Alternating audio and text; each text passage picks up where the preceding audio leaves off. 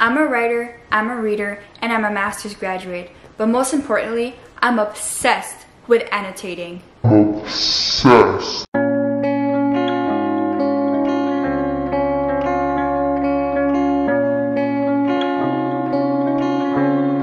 Hello, welcome back to Sandra's Shelf. In my intro, I actually wasn't lying. I am a writer, I am a reader, and I am a master's graduate. And I am actually very much obsessed with annotating.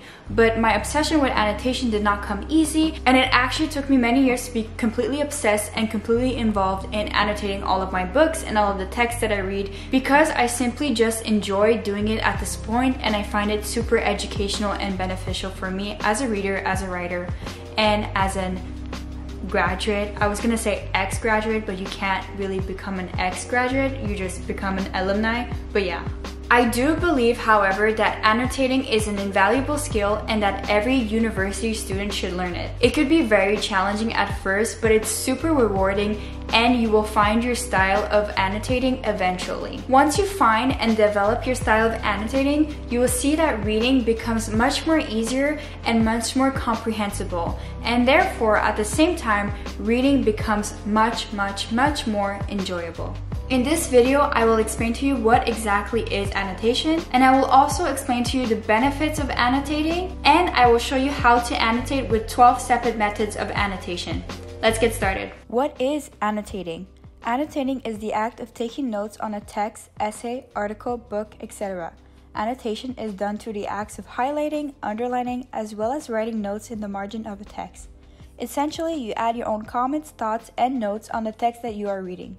Furthermore, annotating is also linked to the term of close reading. Why annotate? Annotating gives you extra insights and simultaneously unlocks further comprehension surrounding the text that you're reading. This is largely due in part for the active reading and understanding of the text when you take the time to absorb and comment on the text.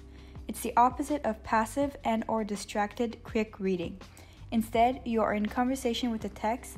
In this matter, the text becomes personal and intimate to you. In the future, you will remember more from it, and if not, you can always look through your annotations for the ideas you missed or have forgotten. Benefits of annotating.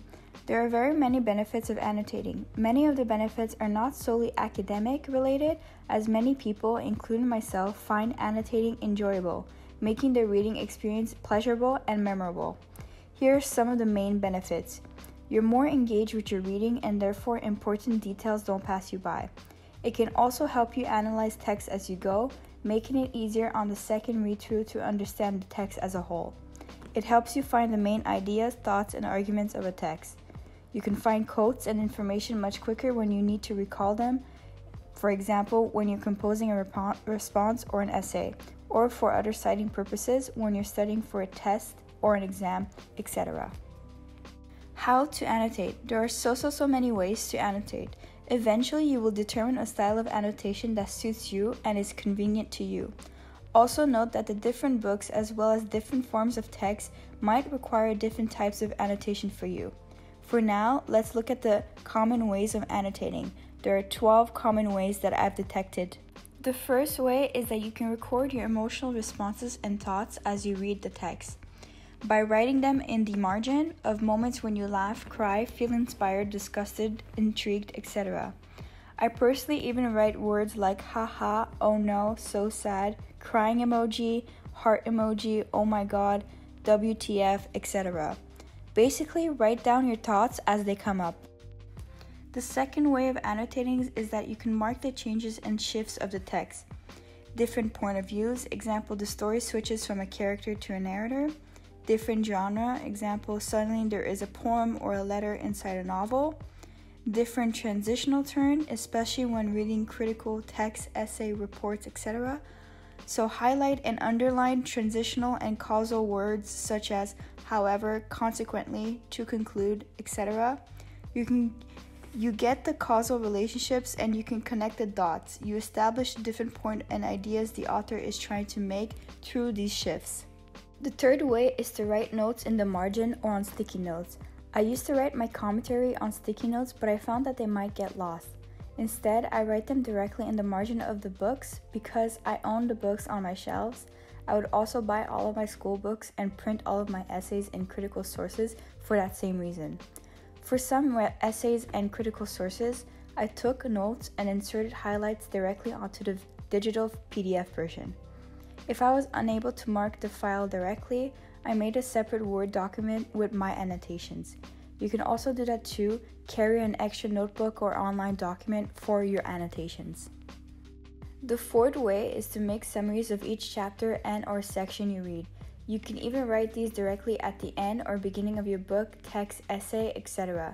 When making these summaries, use paraphrases, in which you illustrate the key points, main characters and ideas, as well as the new definitions and/or concepts. The fifth way is to circle or underline uncertain words or new vocabulary. Chances are you might think you know what this new word means, but you'll never truly know what it means in the context it's being used unless you use a dictionary. Never underestimate the power of a singular word. Always look it up and collect your word bank. It not only enriches your reading experience, but also your learning as you gain further knowledge and comprehension of the materials you read. The sixth way is to star any important or pivotal scenes or ideas. They might be foreshadowing future scenes and ideas, plus it will be easier to flip back to the passages you starred. The seventh way is to add a question mark next to the things you're uncertain of or don't understand. This will allow you to do further research online, or to ask your professor what a certain concept or passage means. The eighth way is to add exclamation points for dramatic scenes, plot twists if you're reading a novel, and new ideas that took you by surprise. Once again, this is a great point of reference when you're flipping back to the text. Remember, the point of annotating is to code, organize, and engage with the text. The ninth way is to highlight or circle character names in one color every time new characters are introduced. I also like to make a list of characters as I go, especially when reading Russian novels. Have you seen the list of characters in Tolstoy's Anna Karenina? Every character not only has a name, but has a nickname and a variation between their name, nickname, and family name. I'm not joking. Go read that book. Super confusing to read without my initial annotations to keep me on track. That's why it's really good to always annotate the different names and also have a character list with you.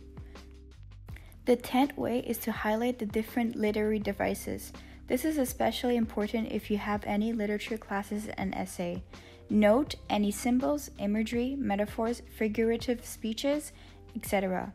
Also note any patterns and repetitions. It's not only about the ideas and characters, but it's also about how and what language is used to describe characters, places, and patterns of speech. The 11th way is to tab with sticky tag notes the most important passages, quotes, concepts, etc.